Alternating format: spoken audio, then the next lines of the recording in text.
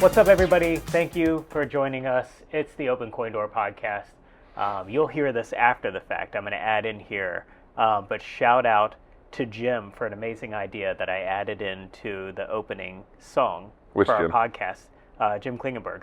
Oh. He said you should have the sound of an old Bally Williams game when you open it, and it's like dun dun dun. Yeah.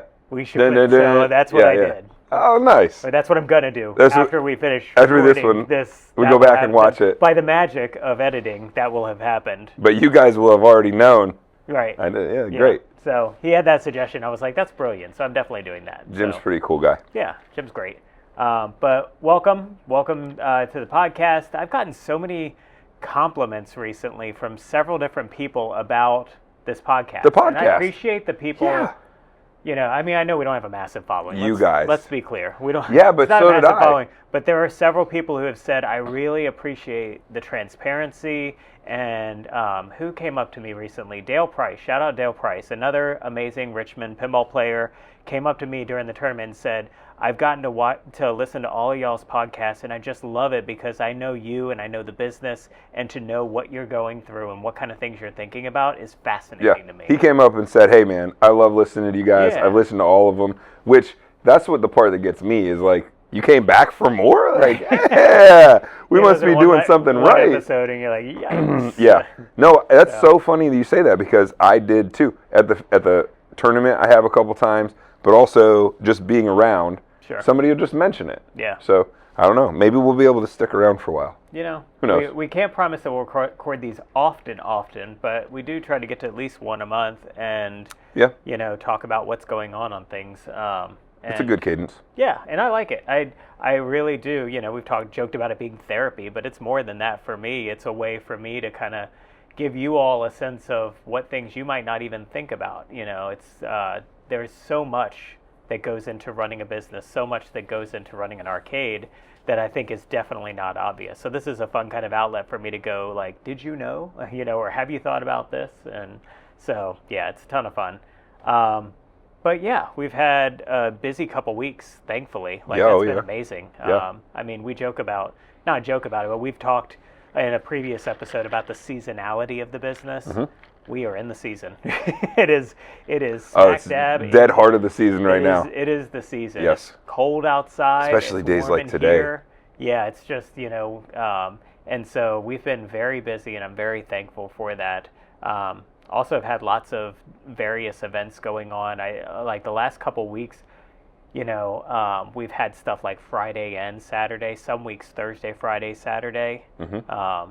Yeah, this past week was like pinball tournament, band, and goth night. Goth night. Bam, bam, bam. Yep. Just like all three in a row. In addition to apparently there was some soccer tournament happening in Fredericksburg, and so Saturday and Sunday were both swamped with just normal people coming into the arcade. Yeah. It was great, but you know, those are the kind of things where it's like, soccer tournament.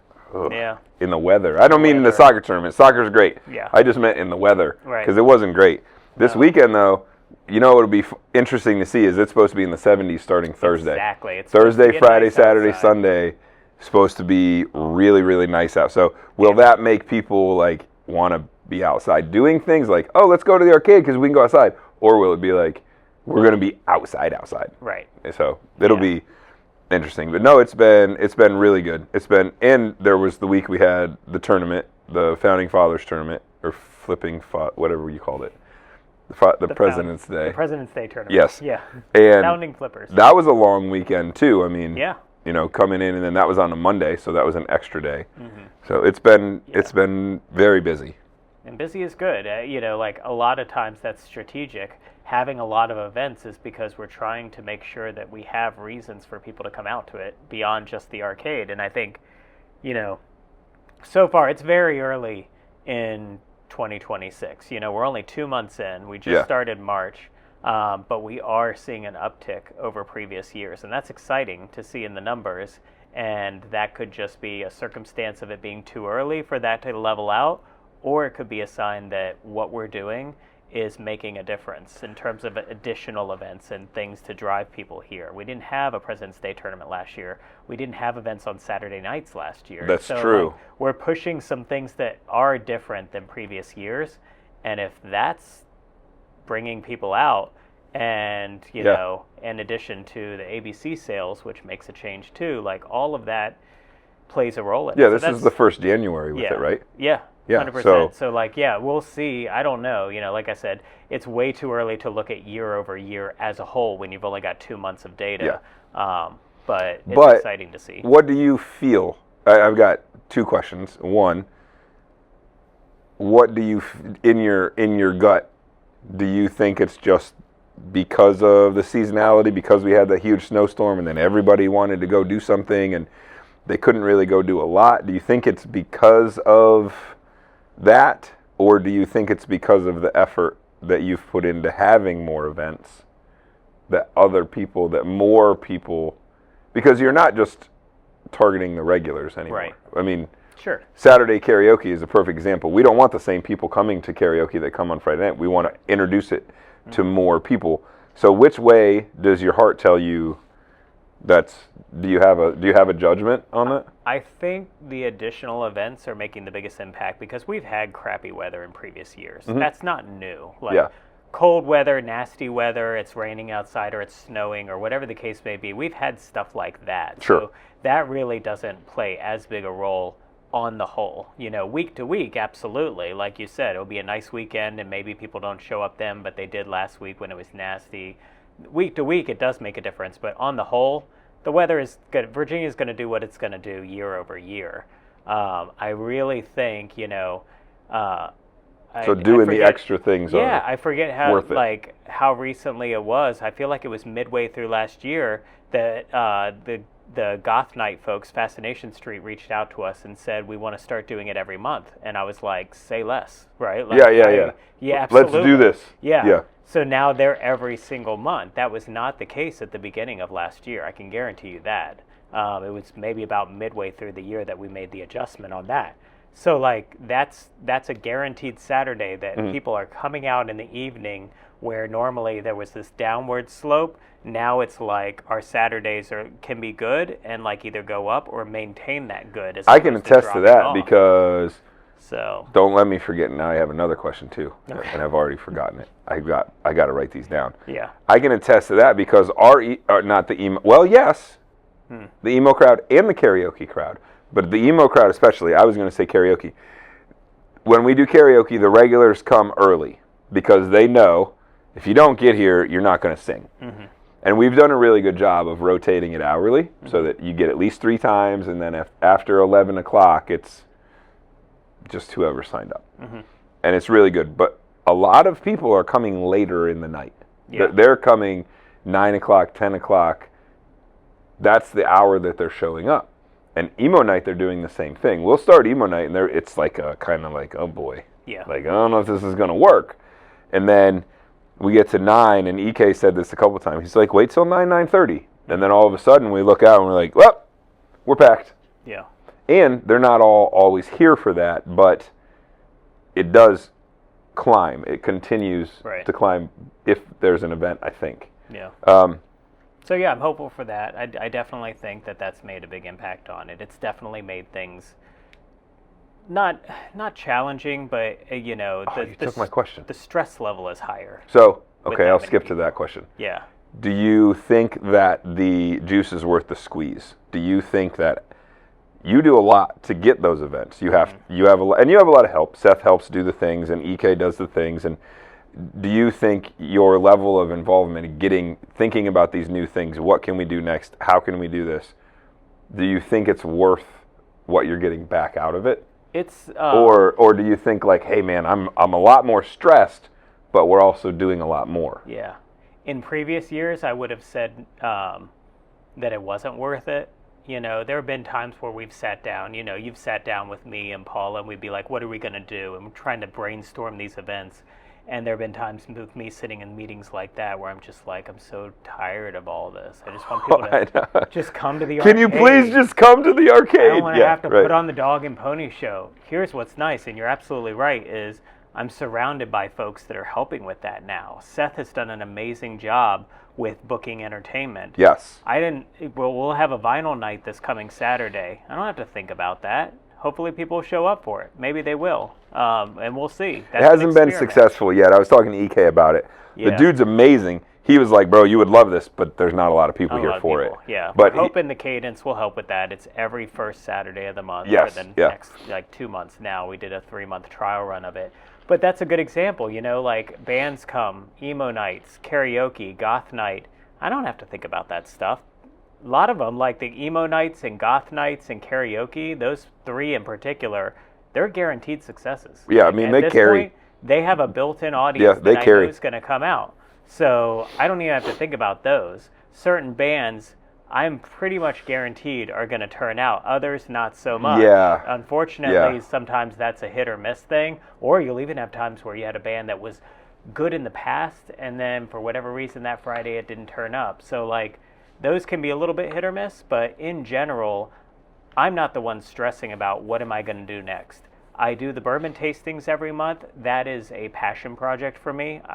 There's zero stress level with that. But it's really good. I mean, they sell out. It's a thing so that's one of the things, when was the last time, let's not count the pinball tournament. Let's not count the pinball tournament, because that was stressful. Getting everything in, making sure everything was good, running the tournament. Even I think that was a little higher stress than... It's like the 4th time we've done a major tournament like that. So even that wasn't... So, it's year 5. Sure. Where's my applause button? Right. It's year 5. But the cadence of you doing the things, of us doing the things repeatedly, this is how we did it. Remember, we did this last time. It was really good. Let's do that. Oh, well, we made that mistake last time. We're not doing that this time. I think we've gotten really good at knowing how to do things, and you've gotten really good at this is what we want to do. This is how we're going to do it. New Year's Eve is a good example. Yeah, the tricky balance is, and we've talked about this in a previous episode, so I won't go crazy into it again, is finding the balance in terms of that experimentation and the things that cost money, right? Yes. Those vinyl nights cost us money. So ultimately, they are going to have to prove themselves or not, and we'll get rid of that one. But things that are guaranteed have already proven themselves. Fascination, the drag shows, we never did those last year. That's a perfect, we did 2 at the end of last year. We're doing them every other month this year, and those are wildly successful. So how was the last one? Why? Crazy good? Insanely good. Really?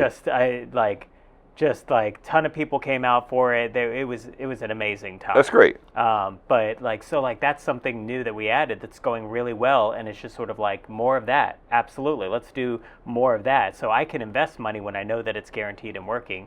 I can invest a little bit to try something, but then if it doesn't work, then we got to kill it. So finding that balance instead of let's try 1,000 new things. It's I can't afford to. So I can remember when we were doing the brainstorming, we'd sit down and we'd have our meetings. We were, okay, what can we do to get something to work, right? How, and then we would cost analyze it, and we would say this and that and the other thing. And now, and I don't want to say oh, we're so successful, but you have the opportunity to say, hey, vinyl guy, we're going to try this out for 3 months. We're going to put you on a cadence, so I'm going to take a chance. I'm going to spend money to make money. Right. And if this hits, we're going. We're going to kick it, right? If we're not really seeing anything, then you're going to kick rocks. Yeah. So I think now you have the ability to be able to do that too. Yeah. And say, let's give this a chance. And not just it's a one-time thing. Let's see if we can do it multiple times. I think that's a great idea. I don't think I've ever had a single band come in where it's one and done, where I was absolutely not. Most of the time I'm all right, maybe it was an off night. We can have them back if the music's good. Obviously, that's the first and foremost. If it fits the vibe and the music's good.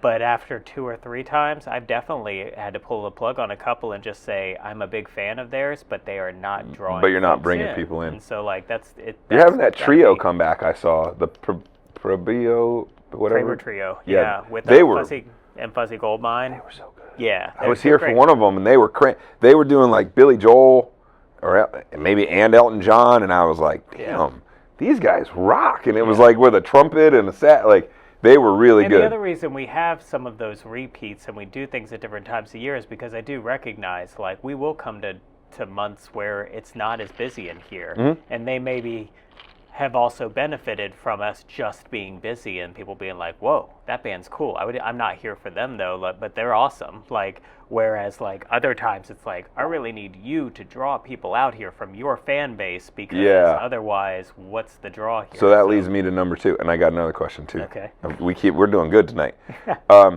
You just said, people are here and they see the band like, wow, that's really cool. Mm-hmm. Or maybe they come for the band. Either way. Yeah. Do you think the events are getting the exposure out and people are coming back to the arcade either for the events or just because they loved the arcade? Oh, I didn't know it was like this. Yeah. I've heard that so many times still. After 5 years, mm-hmm. you still, people come in and they're like, whoa.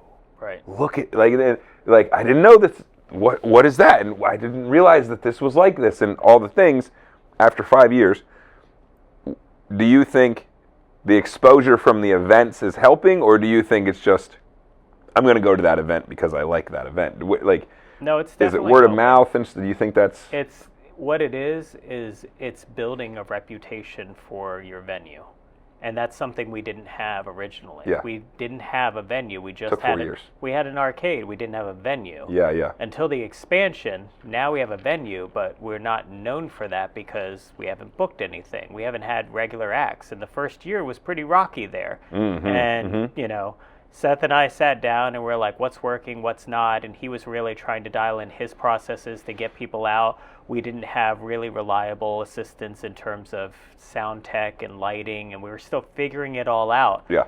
Now it's all figured out, and we're building now this reputation of, oh, they have great live acts there. Like, they've got live music and amazing DJs and drag shows and stuff. So it's being well known for that. I see it on Reddit. I see it other places where people are like, oh, yeah, Reclaim Arcade's always got something interesting happening on the weekend. Tucker said the other day, keeping an eye out for he looked up Reclaim for something. I can't remember what. He was like, Dad, all of the reviews are 5 stars. Well, not all of them, but yeah. I said, really? He said, it says there's 5 stars on here. Like, I know of some that aren't 5 stars, but yeah. I don't know where they went. But yeah, I mean, so you think that... We've got a pretty good reputation. That reputation is because you're having more events. Oh, yeah, I did hear about that place. I want to check it out. Yeah. Oh, they're having an event that I might like now. Do you think... And I don't know if there's any way for you to do this other than sit in the arcade. Or it's also just people came in because they heard about the arcade. They're enjoying it, and it's like, oh man, there was this DJ playing emo music. Or I've had people... That happens a lot. Yeah. That happens all the time with emo night. Happens on the goth nights too. Yep. I've had people like there, and they're like, these are my people, and I had no idea that this even was a thing. And they come back. And then they'll come back. Oh, for sure. yeah. And I'm very They'll big start following on our calendar and follow those things. When I DJ and it's an emo night and I see people like coming down that I don't know, oh, I make them my best friend. Yeah. I mean, I talk to them all night. I make sure you come back. We're doing it again. Right. And I'll say all the other things in goth night, but it works. And of course, also like the traditional, like you want to keep people in the building longer, drinking, eating, doing those things. So those events do that as well, right? Yeah. It's not, if you come in just for the arcade, you're maybe here 2 hours and you're done. Like at max. I mean, most people are not going to camp out here all day. It is a day pass. Most people aren't doing that. But if you come for karaoke, you're probably in it from 7 to midnight. If you're a hardcore karaoke person, you probably got food, got some drinks and things. Like, you're not here for 2 hours. Oh, like, there's no doubt if you're coming for karaoke, you're at the latest 8 till 11:30. Till it's done. Yeah, it's 11:30, right. And my regulars, the regular people that come, and I'll shout out all of you, all regulars that listen to this. I don't think any of you do, but they're 7:30 until midnight. Yeah. 11:45. And that's a turn you can make on someone, even if they didn't come for that band or for that thing. It's like, oh, I was just here to play some games, but let's check out this band. Oh, there's another one coming on at 9. Like, now they're grabbing another drink. Now and they're like, well, let's see what the next one is. That's every owner's goal for like why you have entertainment and stuff. It's not just to draw out new folks. Like, that's great, but to also keep the ones that are there entertained so that they stay and spend money and do things. All right. I just got another question. You got another one? Yeah. I want to go. I didn't know this topic was going to draw so many questions. I want to do another one on that. Do you think sometimes, because it has dissuaded me from staying on a Friday night, Yep.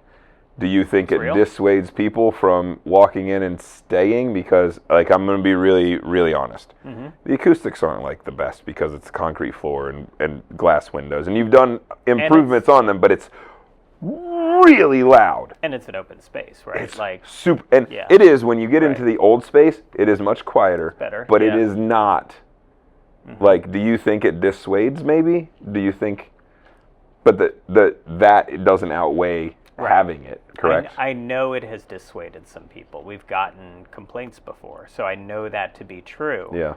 And yet, the level of it, I think EK has helped tremendously. Having the right sound technician does help a lot. Yeah. You know, you need somebody who has good ears, like somebody who can actually hear to know what's going on and dial things in properly. And you need to choose the right X. But then sometimes you also just need to be unapologetically, look, this isn't the arcade 24/7. This is the arcade for 4 hours on a Friday night. And it doesn't start, they really don't start until 8:30 or 9. Right. So if they're getting out of work, hey kids, we're going to go to the arcade tonight. Yep. We're going to be there for 3 hours. I mean, my kids were here.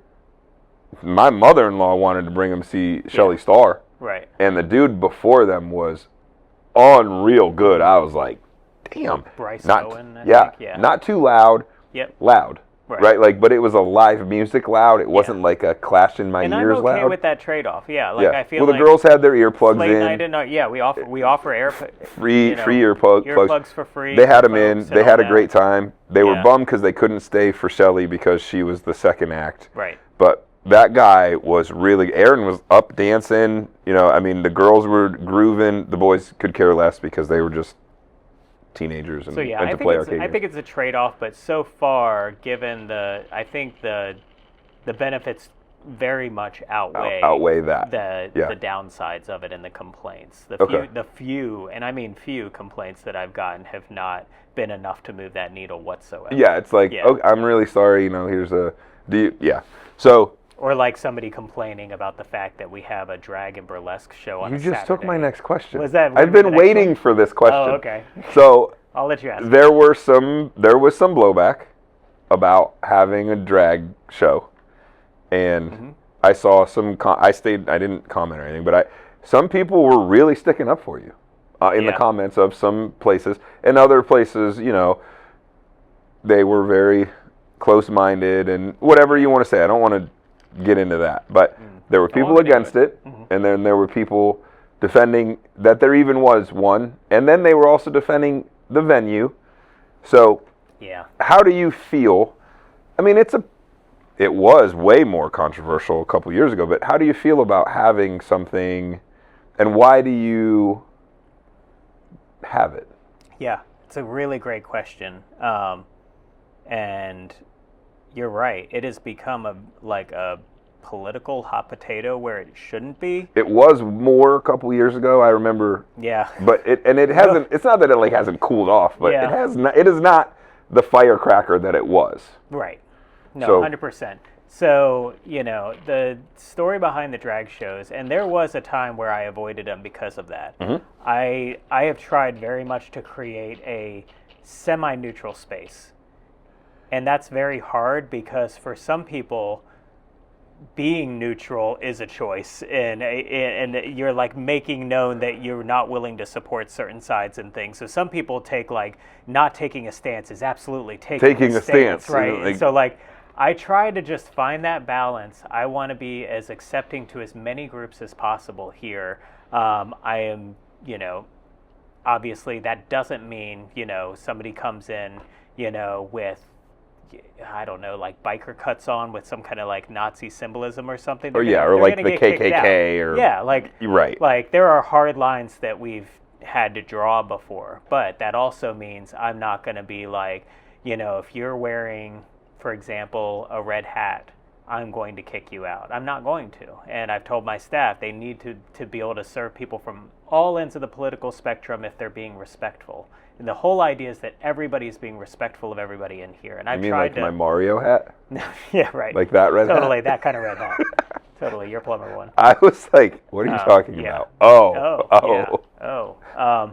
And so I've really tried to, I have my own personal viewpoints, obviously, but I've very much tried to not let that become the voice of the space. The voice of the space has naturally evolved to reflect the idea that we're open and accepting of so many different groups, and I love that.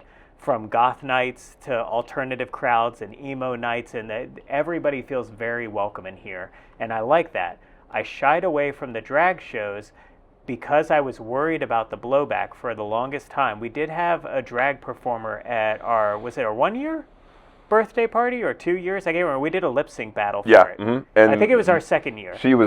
They were the host. Yeah. They hosted it. And oh my gosh, it was phenomenal. It was a great turnout. It may have been the biggest party that we had that wasn't a New Year's before we had the expansion. I mean, we didn't have a lot of space, but phenomenal. That was a great event. It was great. And it was good. And they were a great host. They knew what they were doing.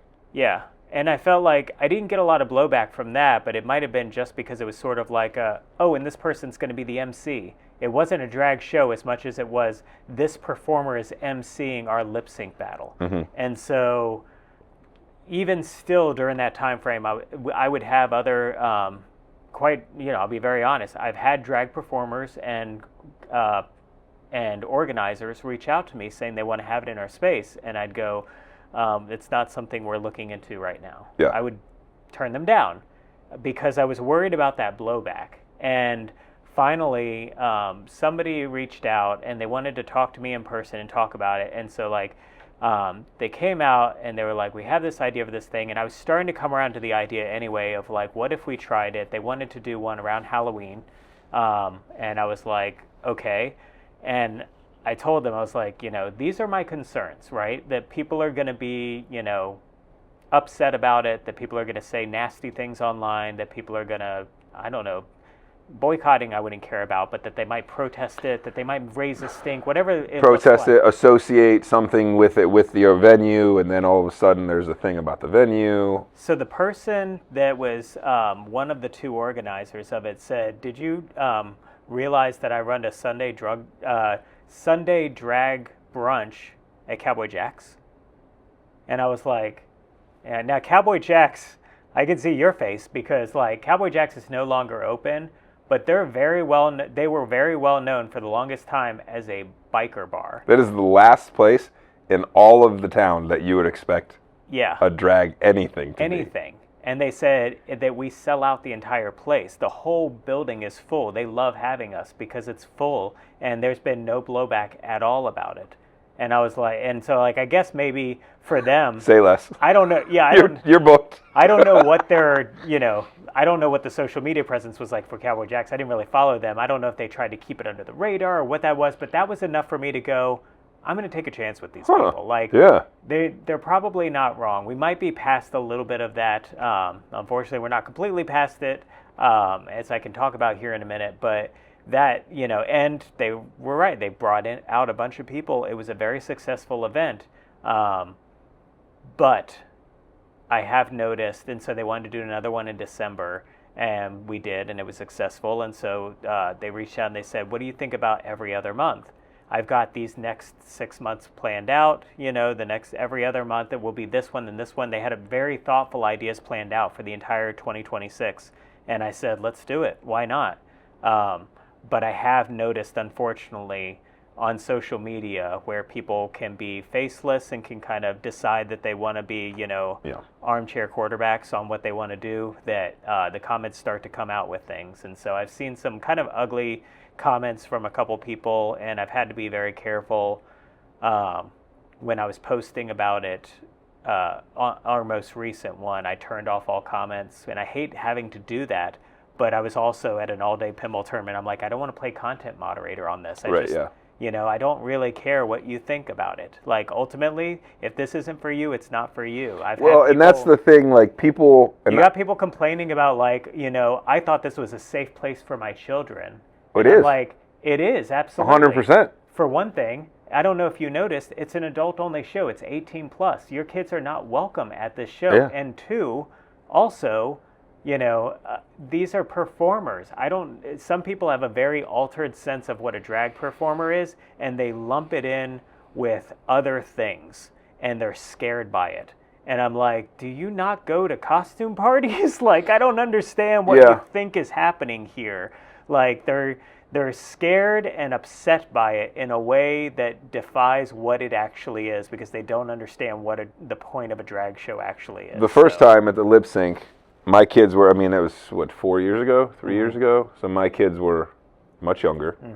And we have a mutual friend that was there also. I think their kids might have been here. And my daughter and our friend were standing next to each other. Madeline was on the stool. But they were both just so into it, but for completely different reasons. Yeah. Madeline was like... just... And our friend was like, yeah, like very much enjoying it as a show. Right. You know, and I don't think you would think of this person as somebody that would, but, you know, it was very much like a first time for both of them at way different ages. And I'm not here to say it's appropriate for kids. It's not. Well, particularly and this was, like, I mean... drag shows have a This wasn't a drag show. It was the lip sync. There was still some raunchy stuff happening there, There too. was. There's absolutely a history. Okay, so my kid was exposed to a little bit. Is it still a safe place for my kids? 100% absolutely yes. There's no doubt about it. Yeah. That's it. I saw those comments about, well, I thought this was a safe place. I thought my kids could go there anytime. Yeah. Sure. Okay. Right. Either be okay with what's there or follow the rules that it's 18 plus and you're not supposed to be here. Right. You know what I mean? Like, yeah. And it's well posted. This is an adult show. This is 18 and plus.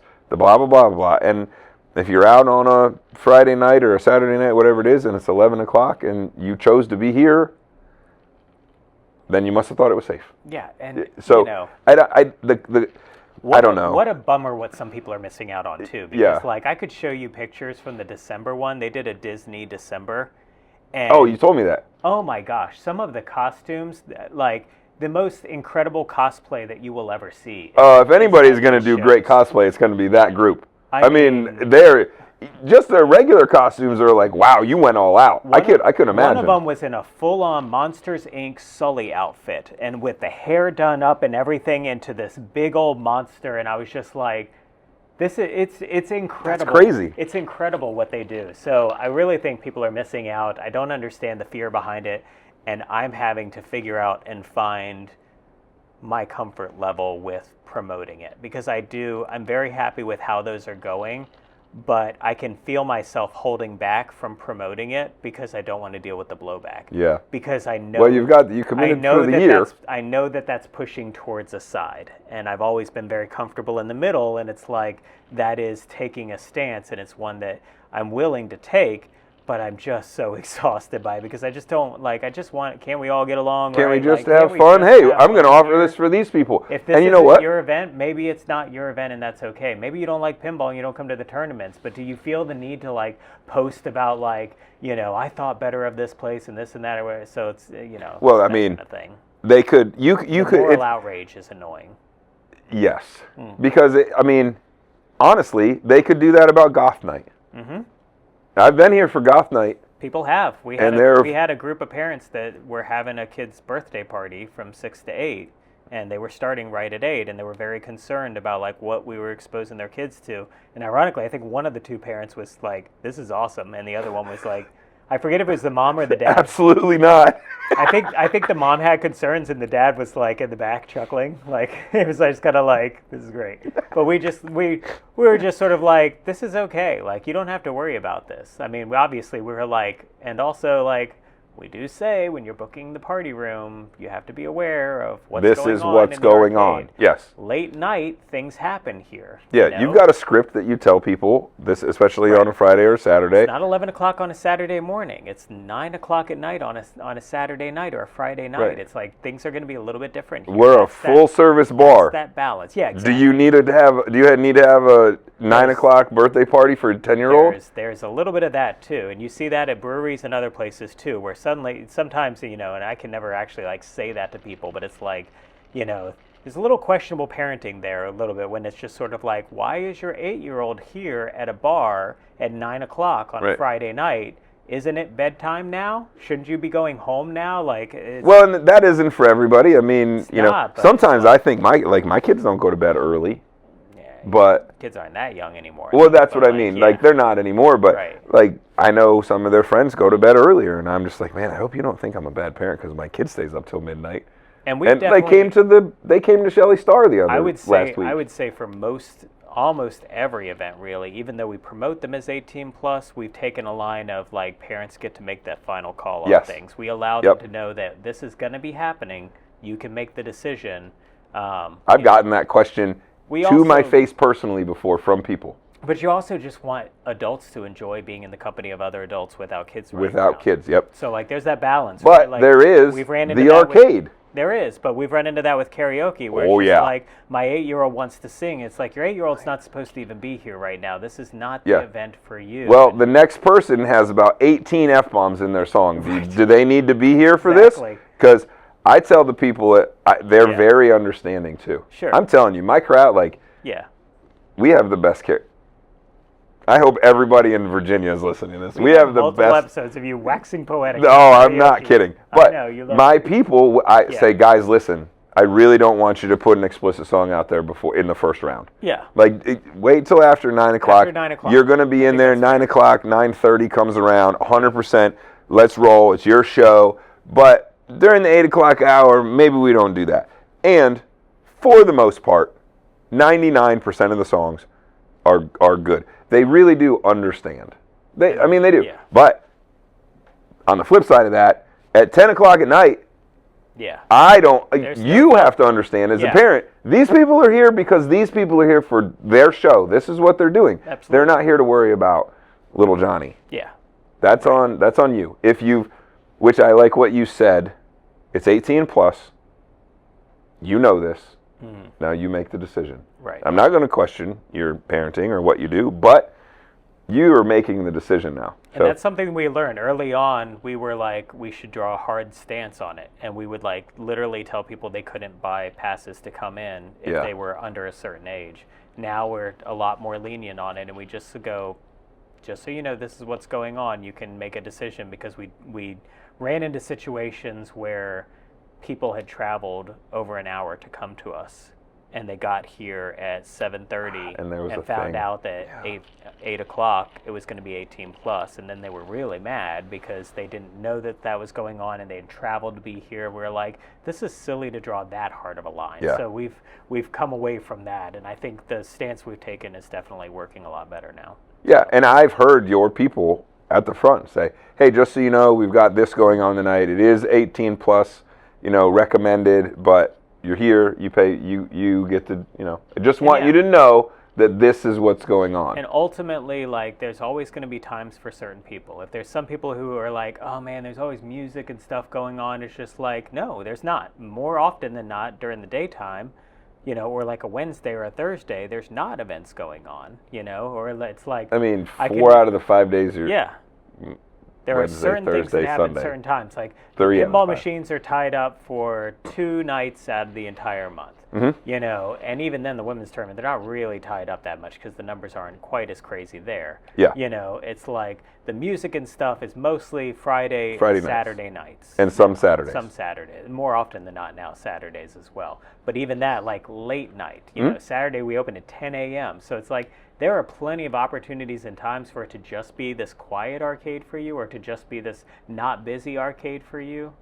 Or be an arcade for you. Not a venue, but an arcade where we can come and we can get a pizza. Yeah. We can get, which is great. Or a burger, which are the best in town. Or just loaded french fries, which are amazing. You can do all those things and not have to come at 8 o'clock at night. Right. Or 9 o'clock at night, Yeah.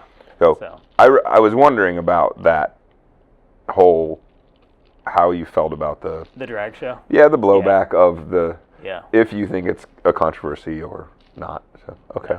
Well done. Ultimately... I don't have any more questions right now. Okay. I think I got through all of them. We got that. I don't even remember how we got started with all that, but I think it's good stuff to talk about, about what's working and what's not. But ultimately... Well, and that's like the open door of this, right? Like, people see, like, they're having an event. Well, what all went into it? It's not just... Well, we booked them, and we saw this. You had a meeting. You weren't convinced. You had a meeting. They said what they were doing there. You're like, okay, let's give it a shot. It goes crazy good. They come back to you. You know, it's still not like let's just and see what happens. You have the best interest of everything, and you put thought and time into it, and that's why you get stressed out. Yeah. And it's... But I'm surrounded by really good people. Paula, my general manager, is incredible. All of these events happening, and I don't have to be here. Yeah. Like, it's really nice that, yes, I'm a part of the planning process and thinking through what's going to happen, but the execution, for most of them, not all of them, but for most of them, I can just let the weekend happen and know, hopefully they're successful and hopefully things turn out good, but I don't have to be on boots on the ground. On site, yeah. There are some, like the pinball tournaments and, I'm sure Emily appreciates the that. bourbon You'd be home a little tastings bit and more. those, yeah. I'm a big part of those because I enjoy doing them.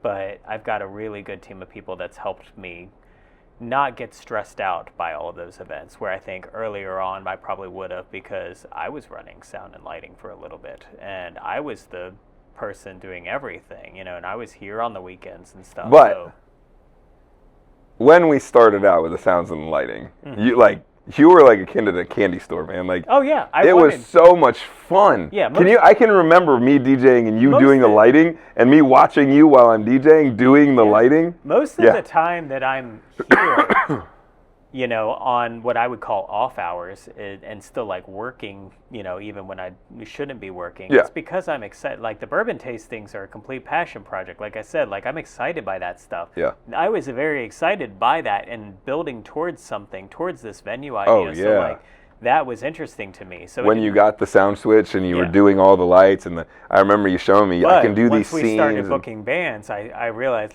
we are going to have to get someone in here that knows how to run this stuff, because I just can't be here every Friday. That's when it was turning. It wasn't fun anymore. Yeah, because every Friday you were here. If I'm not here, then the lighting sucks. Yeah. If I'm not here, then nothing's on the projectors or whatever. Yeah. And that's not great either. So it's like, what's the solution? And EK was the solution to that. And I tried to help with the projectors. I learned how to do that. I learned how to do sound switch. I went through this thing where I learned how, I didn't know how to do everything. And I learned how to do everything so that you didn't have to do them when I was here. Mm-hmm. And now I don't have to do them anymore, so I don't know how to do them anymore. If EK's not here, I'm freaking dead in the water. I'm the other day, I couldn't get any of the mics to work. None of the mics, nothing was working. Mm-hmm. He just walked back and looked at the thing. He's like, it's not plugged in. Somebody unplugged it. I'm like, why did you even think about that? He's like, because if something doesn't work, this is the brain. Yeah, right. This is where I go first. Start on the first With thing. Me, I was panicking. I'm like, right. Why isn't it working? I can't get the things. There's no levels. And he was like, did you check? First thing he said, I was like, I did not. But it was, okay, learn so I can help out, make sure everything runs smooth. Tim's not going to be here tonight. Hopefully I don't have to have him come in. And then, EK's here. Well, shit, I can just run my DJ stuff. And now we're getting a backup for EK. We're going to get someone else to shadow him so that when EK can't be here, somebody else can jump right in and know what they're doing. So again, I don't have to jump in, or you don't have to jump. I've got good people willing to help me out with this stuff, and that's really taken the load off. So now it's just about finding the right events and what works and what draws in people to make for good stuff. I've always thought of it as I don't think I've ever told you this because you don't do any sports balls, but it's like a sports ball coaching staff. Mm-hmm. You've got the head coach, and then you've got the coordinator, because I was a coordinator when I coached, and I worked side by side with the head coaches that I was with. Mm-hmm. And I would do, hey, this is what we're going to do, and I would do everything under his vision, and then I had people directly under me that had to do what I had in my vision, but it was all because of that vision. And I've been on great coaching staffs, and I've been on coaching staffs you guys aren't going to last a second. Yeah. So to finally build it into something where you're comfortable with all of them. Yeah. You've got this and you've got this. You've got these guys over here. You've got these guys over here. To hear you say that, it took a while. You've been through many iterations. Oh, yeah. But even recently, there were iterations that maybe we didn't realize until it was absolutely time. And then you're like, this iteration of our coaching staff has to change. Mm-hmm. And now we've got a staff that, obviously it will change at some point, but right now, it's... Yeah, things are good. Right now. Yeah. Until the spring and the summer hits when it's nice outside. Yeah. And then We'll see, though. I mean, Maybe. I think even when it's nice out, the goth people come out. I think the drag shows will still be popular and things. So, like, that could be the key to still drawing people out is these events and various things. The even timing when right now, arcade, getting them yeah, popular now, you know, better And advertising. karaoke is always good. Yeah. And our mixtape one, I think. People are still gonna have parties, you know. It's like Sure. even though like obviously there's more pool parties and people go into like parks and stuff in the summer, but people are still gonna want to come here and have parties too. So As long as the AC works. yeah, well there is that that bell curve, right? Of like, oh, it's nice. It is not nice anymore. Like that July heat is. Woo! Doesn't matter. Yeah. Keep all the doors closed. So, but yeah, we shall see. I forgot to talk about the PC behind you. I said I was going to start with that. You mean that one? Yeah. I know. We got. Well, it was all good stuff. I'm not mad about it, but. No, not at all. So what's up? This is a new addition to the arcade. We're in the living room, obviously, if you can't tell, and it's just barely out of frame. But this is an idea that I had 2+ years ago, and I've had the equipment in storage and just not had a space for it. And I was talking to Brandon, one of my staff members, and he was talking with me about it. He's like, well, if we move the VHS tapes where we normally put them during the Christmas time or whatever, that space is there. Do you know how big the hutch is? And I'm like, might just fit. So here's the idea behind this. It's like we have this like old school gateway PC, old monitor, CRT2 monitor, and a bunch of like cool nostalgic stuff on a desk that looks straight out of the 90s. It might have been one that I had in college. You're right? It's got like the holders for the CDs on the side. Yep. Oh yeah, I definitely had that. Yeah. What CD would have been in your holder? Oh, probably games. It was probably StarCraft. Oh, I probably because those were still the days where the computers weren't big enough, so you had to load it on the CD every time and put it in. Yeah. I mean, I definitely had some rap in there, some DMX. So this is kind of my idea of like Dad's first computer kind of thing, because it's here in the living room, right? Like it's for the family to use. The family computer. The family computer. Yes, yeah. This is non-functional yet, but it will be. Right now. So the plan is, and we're not going to try and get that computer itself working. We're going to load like a Raspberry Pi or a mini PC inside of it that will load all the software and all that. But we're going to load Windows 98 on it and have a bunch of software on there for people to be able to actually play the stuff as if it Oregon were. Trail. Yeah, like there's even, I want to connect it to the internet too, because there's software you can use. You were telling me about this, yeah. This is really cool. There's software that you can use that will make, if you open up a browser, and on that one it would be Internet Explorer, right? Or Netscape Navigator. Netscape. Netscape Navigator, you'd open that up, and you could open up like Mary Washington College, and like Yahoo would look like it was in 1998, and then offer to show you Mary Washington's website, which would just be like a blank page with a little bit of text saying we're just getting started with our new website. This is the computer science department. Hello. Like it. So does it take it back to the date of that website? It does, yeah. So you choose a particular year. So Google wouldn't exist? Correct. Yeah. So you would choose a year like 1998. Blow the kids' minds. You would choose a year like 1998, and all websites get thrown through something called the Wayback Machine, which is a part of the archive. We don't talk about the Wayback. Yeah. Do you know that movie? Oh gosh. I don't know the reference. It's the. Keep going. All right. Yeah, you're like whatever. But anyway, the internet. Mr. Peabody. Oh. Gotcha. It's the kid in Mr. Peabody. Yeah. Dexter. Yeah. I don't remember his name. I don't know. But anyway, the Internet Archive is an organization that runs this, and it's called the Wayback Machine, and they take captures constantly of these websites over time, and you can go back and say, show me what Yahoo looked like in 1998. Well, this routes all of your traffic through your websites through that. So you pick a year, and all of the websites are just automatically that. You could go to Amazon. MySpace, I think, I don't know if it existed in 1998. It's close, but I don't know if it was there or not. I don't know. But like Amazon was, but it looked very, very different. Amazon was? Absolutely. AOL? With the little running man with the mail? AOL absolutely existed. Amazon definitely was one of the first e-commerce sites to exist, but it was primarily books. All the websites I went to in the 90s, you're not allowed to go to right now. No. You can't go to on that PC. Little GeoCities action? They were, I don't remember what they were, but they were...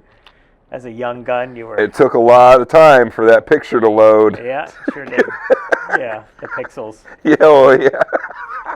All 64. Line by line. Yeah. So. You guys know what I'm talking about. Yeah. You old heads out there. So yeah, this is I'm excited about this. It'll be an evolving exhibit, but my idea is that it is going to be a functional one. And there's a big, I saw it's a tower, or it's a home computer, but it's huge. It's like this big, and it's the old cream colored, and it's got the DVD ROM. It's very beige. Yeah. Very beige, and So. And it looks good. Like when we were talking about the other day, as a home computer, you would put it in the living room where everybody is, and you'd sit there and do your thing, and somebody be watching TV. You know, yeah. I mean, I think it will be a cool addition to the space. Very cool aesthetically. That's fun. Yeah. What else? Coming up this week, my general manager Paula and I are going to a food expo, which is really exciting. Thanks for the invite. Yeah, you're welcome.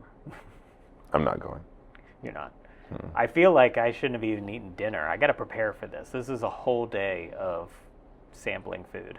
And we're leaving here like 10 a.m. It's down in Richmond, and it is literally a convention center full of all of the vendors that our food supplier uses. So anything that we sample there are things that the arcade can buy. And it's a once-a-year show. We did it last year, and there weren't a ton of takeaways. There were a few, but we didn't go there strategically with a bunch of ideas. We didn't know what to expect. This year, I know what to expect, which is a lot. And yeah, but you might have also had people with you that said, "Oh, we can't do that." Right, potentially. No, we can't do that. Yeah. So, and also just like again, like I think my mindset was different last year, where it was just like, yeah, let's just see what's up, and we would see things and go like, well, that's kind of cool. Oh yeah, that's tasty. Yeah, I don't know if that would work or not. Yeah, I don't know. This year, I'm going with a very open mind of really wanting it to trigger ideas for me, and so like. In addition to just That's why I'm not going, because it would trigger all of my ideas. All of your ideas. And you would be like, no, Colin, stop. Calm down. You need to go sit in the car. Yeah. So, I'm going there with a very open mind, and there's a lot to taste. But the other thing I'm very excited about, particularly at that place, is that pizza is a big cornerstone of what our food supplier does. They have major brands that they work with. Really? It is probably... at least, I would say, a quarter of that convention center will be pizza related. Now I'm just getting mad. I know. Toppings, sauces, equipment. It's probably the best way for us to figure out what's up when it comes to that kind of thing. So, why, are you free tomorrow? Yes. I don't have any plans tomorrow. Might be able to get your ticket last minute. We'll just let me know. Yeah, we'll talk. You let me know. But yeah, no. So like, obviously, pizza is a very new thing, and we've talked about it on the podcast, right? About offering pizza. I'm pretty sure that's come up. I've told them many times. And God knows, like, we talked about my experiments where I cut my thumb and like all different ideas. I've been talking to you recently about other experiments that I'm playing with. I won't get into all those. We're not going to tell you about that one until it comes out. That can be a secret. We're going to work on that one. But the thing is, we're still evolving our ideas on what things could be, and particularly when it comes to pizza. I mean, when did we roll that out? November, December? Yeah, it was before Christmas. Yeah, but fairly recently on the whole. Yeah. All right, man, you have to stop saying on the whole. Why? You don't like that word? Remember in Austin Powers? Another reference I'm not going to get. Oh my gosh! He keeps saying, it feels good on the whole. And Scotty was like, it does, you're right. It feels good on the whole. All right, fine. Yes, Frau, on the whole, I think Preparation H feels good. What is it now? No, nothing. You know what? I agree. Preparation H does feel good on the whole. You've said it like 5 times tonight. And I've held it in. I can't do any more. You can't hold it in anymore? Saying it. It feels good. On the whole. On the whole. All right, fine. I won't say it anymore for the rest of this episode. But yeah, pizza to me feels still... I know you like it. I think the pizza here is wonderful. I don't. And so why? What don't you like that I like? I can't... I was just going to ask you. Yeah. You're going down there and doing all these pizza things, and I know that you are not disappointed. You don't think it's at its potential. What would you change? If you're going to change your pepperoni pizza right now, what would you change? The dough. The crust. Okay. You're a dough person, though. You're very much more, you'll make your own dough at home and do all the things. The way we I'm were not. able to start doing pizza was because we found a par-baked crust. Yes, that right. was reasonable, both in price and in taste. But reasonable is not like my guiding light of what I go for. It's Oh, I like, know. it's all right. Like, That's never what you go and with. that to The me- span is never for the. I will It's say- all right.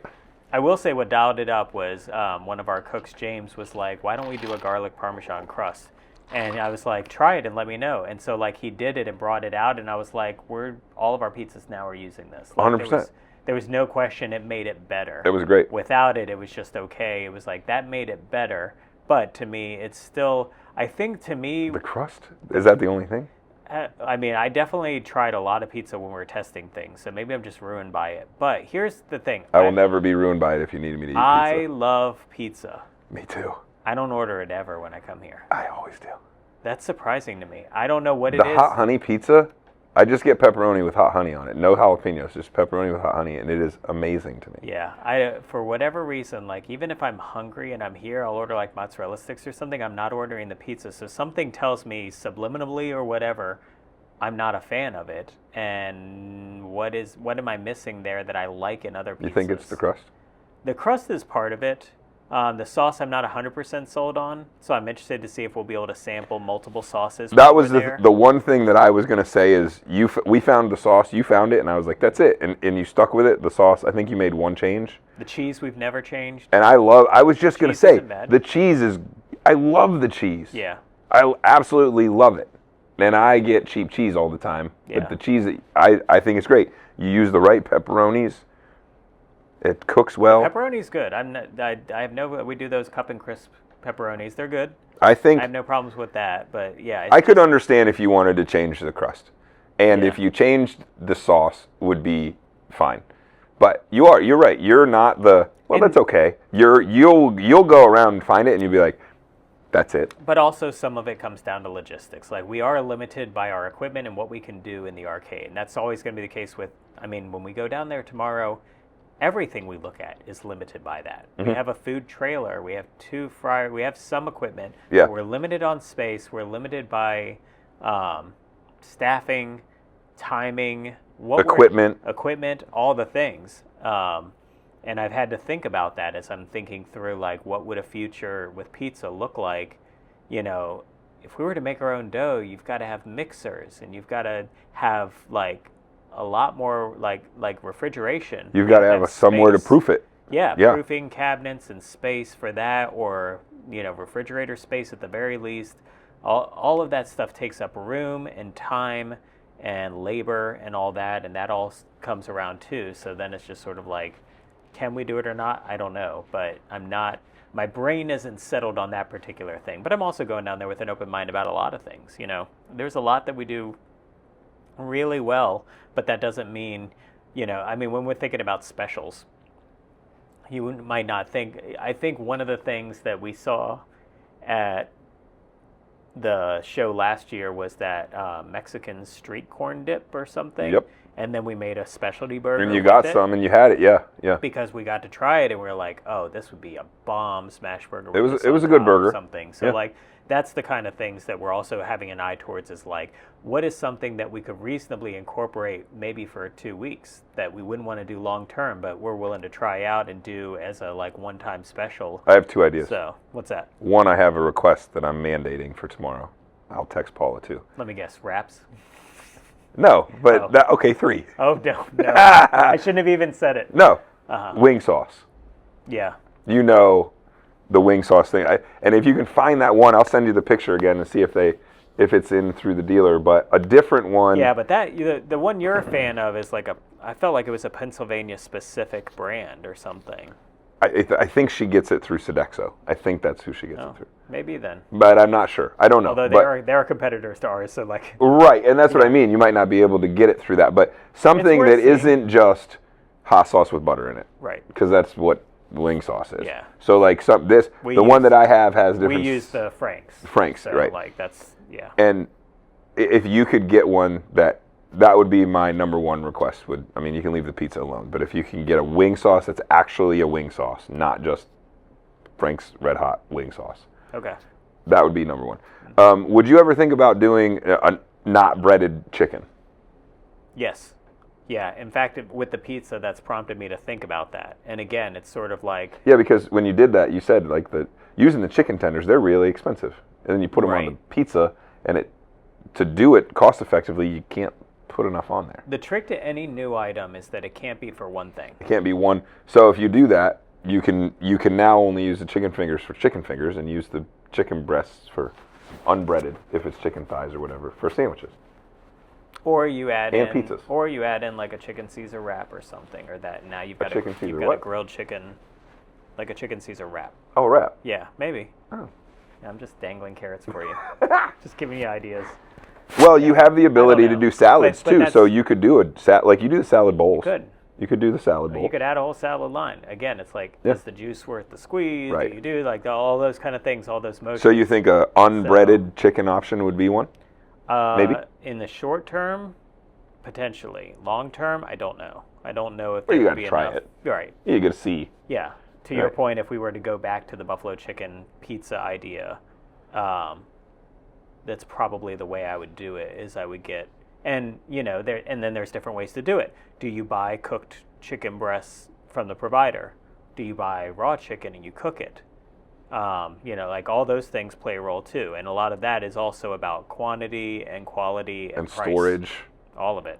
I mean, if you got raw chicken breasts, you'd have to freeze them. Then you'd have to thaw them. Then you'd have to cook them. They come frozen. Oh. So yeah, but But then you'd have to thaw them. yeah. If you got already it's cooked. it's also about quality, right? Yeah. It's also about quality and quantity. You get cases of stuff. If you're just doing a special and you're not sure how much of it's going to sell, Right. and you get a box of chicken breasts, then it's like, wow, we have chicken for like a year, like a All day. long time. And we run into that sometimes too, where it's just sort of like, okay, so like maybe sometimes we'll just go to Wegmans, right? Like we'll go to Weiss or Walmart, like we'll just Yeah, buy you go down to something. BJ's and get what you need, and Yeah. then you come back. Yeah, Totally. Right. So Mhm. like it may make more sense to do it that way. It may make sense if we're going to add something to the menu long term, that it is a part of our menu and it's in multiple places, that we are getting it from our provider. And then it's sort of like, do we want to keep cooking the chicken breast, or is there something that tastes good enough? And how much more expensive is it? Because it will be much more expensive. Every step of the processing You pay costs for it. money. Yeah. We're paying a lot more for our pizza crusts because they are par baked and done for us, as opposed to if I was buying the raw dough from them. So- as opposed to if I was buying flour, water, and if I was just buying flour from them. So like every step of the way, Oh yeah. something's A been bag done. of pizza mix is 89 That's cents. why our fries are so inexpensive for us to make. Is because we're buying raw potatoes. You're and doing we're doing them. all the work ourselves. It's also why they're so amazing, is Yeah. because they're in-house. Totally. You So know, that- they're those not are the- processed, frozen. Yeah. It's a, These are the trade-offs that you make, right? Yeah. Like how much labor are you willing to put into it, and how much space are you willing to take up? Because those potatoes take up a lot of space compared to the frozen French fries. Oh, I know. Yeah. I've been there doing that. Yep. Is the crust something you're really looking forward to finding out tomorrow? Like, is that one of your gotta look at these tomorrow? It's definitely an item, Yeah. particularly as I think of this unspoken like experiment that I've been doing with Yes, things. yeah. The existing. That's why I was crust- hoping you were going to say The that. existing crust wouldn't work for that. So like, No, not at all. As I think of different styles that we might want to do, or different things that we might want to start to offer, that particular thing would need to be a dough, not a Par-baked, not par-baked. Is there anything else that you Unless guys are someone made ready? par-baked in the right size, that would be interesting too. But I haven't seen it, so I don't think that It might be exists. down there. It may Right. be. But is there anything, I mean, you guys have known, is there anything you've talked about or anything you're looking for? Like, I'd really like to see if we can do this, or I'd really like to add this, or I've not been happy with this. What are the things that, like, if you were to go 1, 2, 3, you're definitely going to look for tomorrow? What would they be? Let's see. One of them top of mind for me, and I don't know how much of it will be at this show, is in terms of presentation of food. And I don't know if they'll have plateware, if they'll have that kind of stuff. But I'm not currently 100% happy with the aluminum tray school lunch kind of With the- situation that we have right now. Well, remember we used to have the TV trays I know. with the with like the A team on it. We had the 80s trays, and then for a while they did baskets, and those were getting thrown away Yeah, constantly. the baskets were all, And also didn't look very classy. They looked all right, but right now we have these aluminum sheet pans with parchment over top of them. Why don't you like them? I think just presentation-wise, it looks cheap. I think it looks very, well, I just think it looks very much like the arcade because that's the way it is. All the pictures are in them, and you associate the arcade with them because you've seen them so much. Yeah, now, I think it's part of, like, when you go somewhere and you're always going to get something in that red basket. Yeah. And you're like, that's what it is. I think maybe that is starting to be the association. The with dishwasher is starting to fade them pretty significantly now, so maybe, and I know that you don't see that because there's parchment over top of them, but I see it when they're like cleared or whatever. So I've noticed they're getting duller. Yeah. Yeah. I just wonder in terms of presentation if there's some way to make it classier. Get the in fine some china. way, Gold lined around the circular plate. Right. Yeah. No. I like it too because, like, it's got the lip on it, and stuff's not flying off of, like, if it was a plate. I think they're a good solution. Yeah. I think you did a good job. But that's fair. What else? Even when I talk about presentation, like, okay, yeah, you get your tray on there, but the fries are just thrown on it.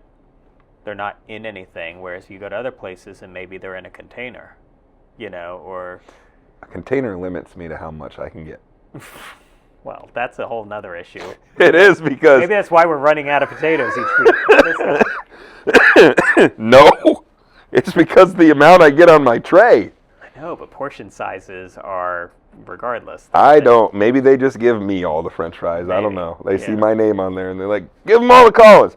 Because it's healthy... I don't know how much of that's going to be a part of the show, though. So, like, I can't speak to that. But that is something I'm thinking about is, like, are there any interesting ways to present things? Multiple times. In fact, my mother-in-law this weekend said it. She leaned over and said, for the money that you pay for this meal, this is a steal. Mm-hmm. She said the size of the burger is great, and the amount of fries you get, you don't go anywhere else and get that much fry and be that good. Yeah. She said, and I have had pinball tournaments, other times that I've been hanging out here, they're just like, man, you can't go get something. I mean, you could get a McDonald's meal for $10 or $12, and you get a burger here for barely these days. That's what I mean. Yeah. You get a burger here for $14, $15, whatever it is, and I mean, it's a whole meal. Yeah. You know what I mean? And so that's just my 2 cents. But people notice the portion is favorable, is good. Yeah. And we talked about this well, maybe cut that down. And you were like, dude, I'd rather be giving them too many potatoes than too many ounces of beef. Well, that's where it's like, yeah, the better we can do on the cost of the ingredients, the more generous we can be on other things. Mm-hmm. We don't have to penny pinch. When we talk about like chicken tenders that are coming out of a bag, already frozen, already done, and all those kind of things, then it's like, we have to be like very particular about how many of those you get because they're very expensive. Yes. And that kind of stuff. So the more you can do in house, but again, the labor is the flip side of that cost involved with those things. So you're paying for it one way or another. But so dining sets. So whatever. Just in presentation. Terms of presentation. Would you change the paper? Maybe if they had something if they had a colorful vendor that said, or. You're paying that, I can give you custom Reclaim Arcade branded stuff for the same price, or actually I can probably get it for you cheaper, then we're going to have a conversation. Like, put your logo on it? Yeah, that's what I'm saying. Like, there might be conversations to be had there related to that stuff. So, like, it's something top of mind for me. Food-wise? Food-wise, I mentioned the pizza thing. Yeah. For sure. Like, crust and sauce. As a whole thing. Yeah. Yeah. Yeah, I think visiting Equipment maybe too. Like, I mean, we have, like, this electric uni that's working okay, but somebody might be like, yo, you could put this in here. It's pretty easy to retrofit into a food trailer. We've got food trailers running 2 of these, and then you could pump out X, Y, and Z and be able to do that idea that you have much easier and make 4 at a time. Yeah. Be like, okay. That would make the new idea much more viable. Yeah. So, like, equipment could be an interesting conversation related to that. So, like, pizza on the whole, I'm just very interested in all of the things. You put pizza on your hole? Oh, man, I said it again. Damn it. Pizza. What is it? On the whole. Do I normally say that, or is it just tonight? I'm like, I think it's just tonight. It's my thing. Yeah, it's you're grooving. I need something on the hole. I don't know you're what it digging is. a hole. Digging a hole. At least you're not with this thing. digging the hole. But I digress. Third thing, Maybe another one. Yeah, I mean, I don't have any specifics. I'm really looking for. There's nothing else made. I don't want to add any more sections to our menu. Our menu's already big enough. Well, if you do wraps, what are you going to do about that? I mean, they would be combined with the chicken sandwiches again or something. Like, they would be incorporated. Just say wrap or sandwich? Yeah, like... That's fair. Handheld, I don't know, like, whatever the case may be. Whatever. Nah. Like, but... No, because you only have those two things. I mean, already the pizza doesn't fit on the menu, so I have a whole second menu just for pizza. That needs to be resolved. So, like... No, it doesn't. Having a pizza menu is great. It's fine, but a lot of people don't notice. Like, it's not on the TV. Like, there's people who don't know that we have pizza. It's a little bit more in their face. Oh, just put the pizza, flip it with the regular menu on the TV. Yeah. You flip the beer menu. Yeah. Flip the, do it that way. But, so I don't want a whole section, but like when I think of specialty things, it's sort of like, what else could we do? Like, there will be barbecue there. There will be all kinds of random things there, and I just kind of want to have an open mind of thinking through those things and going, not even just like, do you just put this on a smash burger, but also like, what is this? Like, could we get this and incorporate it for a 2-week span period and offer X, Y, and Z or something, or just keeping things in the back of my mind, taking notes on that kind of stuff. So like, how's the mac and cheese going? Mac and cheese, I think, is good. It's Is a it? solid, as a kid's menu item, it's a solid option. For Or, I mean, is it like, oh, I need to order more of this, or is it just sitting there like the... Oh, we regularly order more of it. You do? Yeah. So it's moving? Yeah. Okay, 100%. good. Yeah. Good.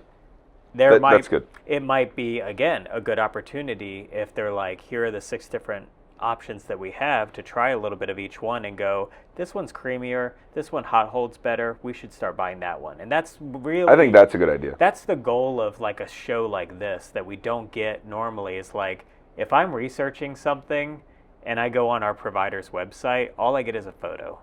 And the expense to be like, let me try that. And he's very good. I can ask for a sample and he'll send me a case of something. And I feel bad about doing that because that's a lot. And he's like, no, it's fine. Y'all spend plenty of money. It's fine. But I'm like, I don't want to waste that much food.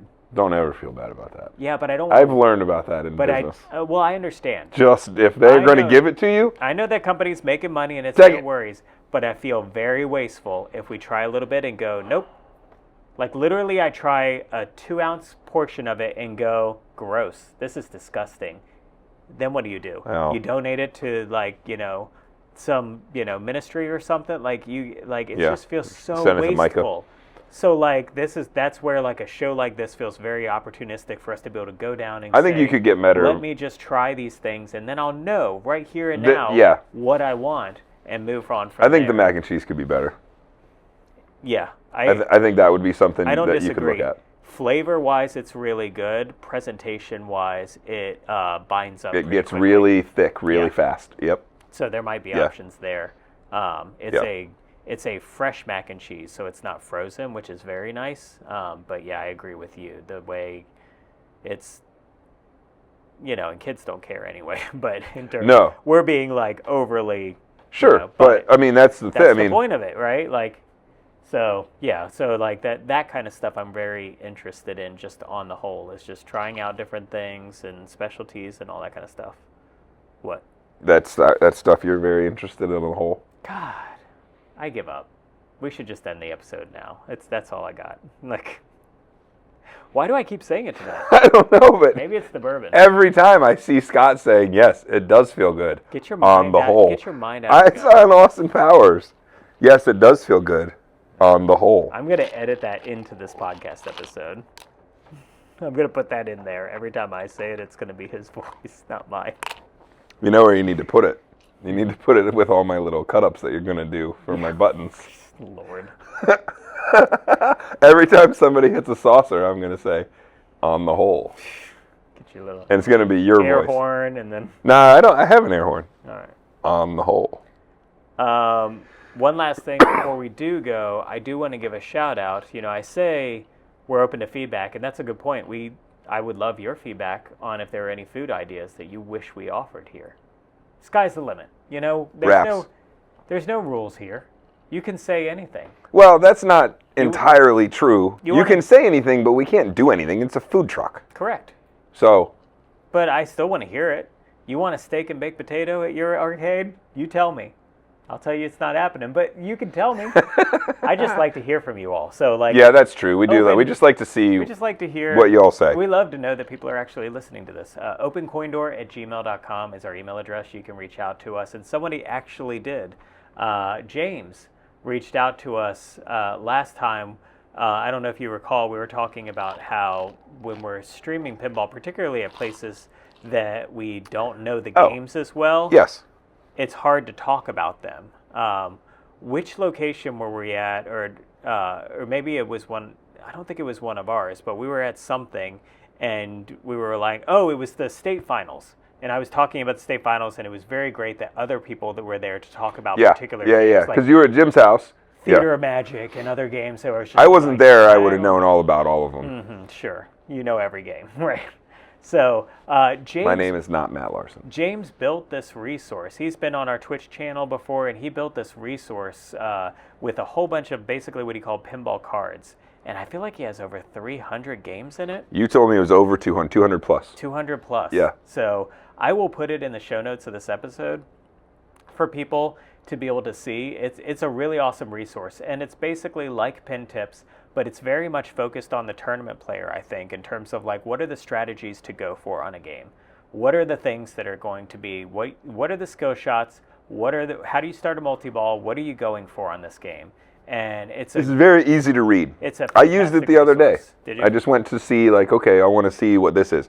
And some of them you might look at and say, oh, well, it's not complete yet, and it's a work in progress. But I think Pin Tips maybe gets lengthy, and it's like paragraphs, if I'm thinking of the right one. And Pin Tips isn't very in-depth. Pin Tips are like crowdsourced, so it'll be like... Oh, then I'm thinking of a different one. Oh, Pin Tips is like Pin Tips is like, hit Overlord twice to start multi-ball, lock a ball and start multi-ball. It's just like, I need you to be a little bit more specific on like... What's Overlord? Yeah, what is the Overlord? Which shot am I making? How many hits? Do I need to hit the targets or the center? Like... Pinball cards is very much click on it and it's, hey, this is what you do. And it was very clear. I thought he did a wonderful job. Fantastic. I thought it was good. And I appreciate you sharing it with us, James, and reaching out and letting us know about it. I'm going to buy you a domain so you have a better way of getting to it, because I can never remember your website. That's my only, it's not even a criticism. It's just I'm going to hook you up with the domain, and then you'll have an easier way to upload those, and we can go to like pinballcards.com or something. Other than that, it's super cool, very cool resource, and yeah, I used it at the women's tournament that we streamed this past Sunday to look up some pinbot information, and that was super useful. So appreciate that. We've gone on long on this episode as we typically do, but I appreciate you all following along with us. On the whole, I thought the episode was, I did that one on purpose. I just wanted to see him cringe. But the episode was great. This on episode, on the whole, was pretty good, and I brought to you by. You know, most episodes I'm not H. sure what I'm going to title it, but I think I've got a pretty good title for this one. So appreciate you all for watching. Wait, what's this week? Karaoke? What's anything Saturday? We've got karaoke. We've got the vinyl night on Saturday. Vinyl night on Saturday. Cool. Homeschool day on Thursday, so we'll be open early on Thursday for that. That's a good community one you do. Yeah. I just put out tickets. They'll probably be sold out by the time people watch this. But maybe not. I think it's only about halfway sold through from this afternoon, the next bourbon tasting that I'm doing. Oh, those sell out so fast. They do. I would love to come to it, but I don't want to take somebody's place that really likes bourbon, because it would just be me going to support my buddy. Yeah, this would be cause you try each one and go, oh! You get my bourbon face. Yeah. I mean, on the whole, I don't like bourbon.